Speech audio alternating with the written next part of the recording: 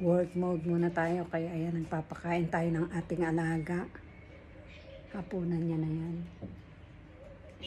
Ensure at saka bread with butter and jam. Kung maririnig ninyo o kung naririnig ninyo, medyo ubo-ubo siya. Sakit na yan ng matatanda dito, normal na. Ayan. Kagandahan sa kanya ay kumakain siya, kahit paano kumakain siya.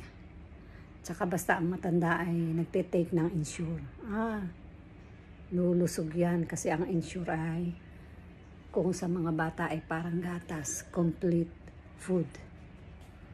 Kaya kung meron kayong alaga na tamad kumain, namamayat, tamilmil, ay bigyan ninyo ng Ensure. Kahit nga sa mga matatanda na payat, maganda itong Ensure.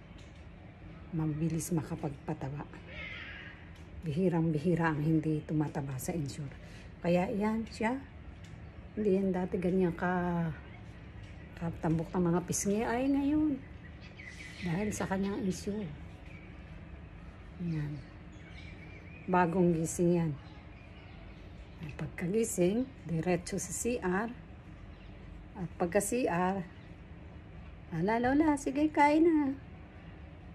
Pagkakain yan, uupo naman dito sa kanyang trono. Ayan. Ito. Ito.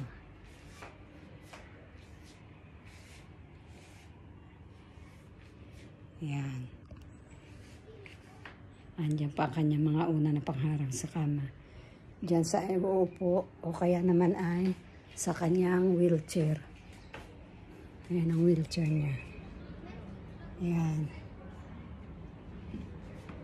Ayan.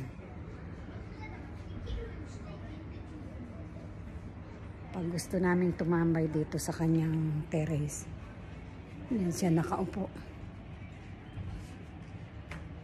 Tanda na rin tong si Lola. Malapit na tong mag-100.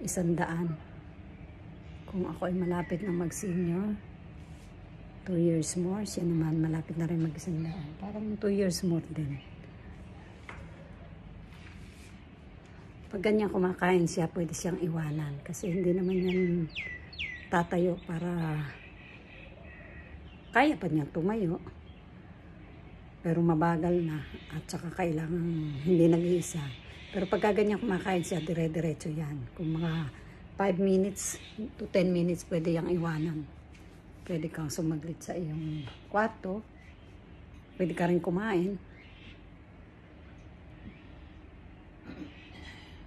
Maaga pa naman para kumain, kaya dito na lang ako sa kanya. Bantay-bantay. Yan ang trabaho ng caregiver. Madali lang sa mga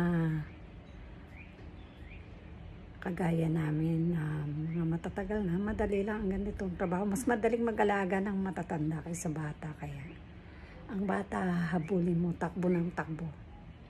Itong matanda, hindi. Nakapirmi lang yan sa isang lugar. Bagamat may mga matatanda na yung may mga totally Alzheimer na makukulit, gala ng gala. Mas mahirap pa rin ang bata. Kasi pag bata, i-expect ka na talagang babantayan mo siya hanggat gising. Ay paano sa gabi? Pag nagising yung babantayan pa rin. Itong matatanda, may iniinom yan ng gamot sa pampatulog. Kaya usually, dire-diretso ang tulog ng mga matatanda. Bagamat hindi na lahat ay pare-parehas. Mayroong matanda na immune na sa gamot na pampatulog, kaya nambubulaw pa rin sa gabi.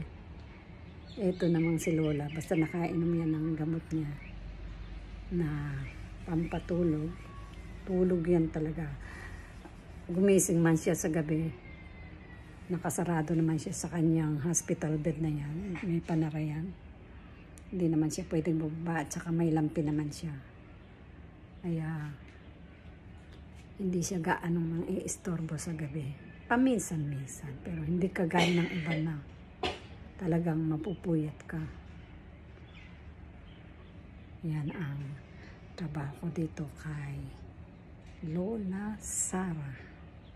Bago na to ha. Yung natapos kong isang trabaho ay si Lola Esti.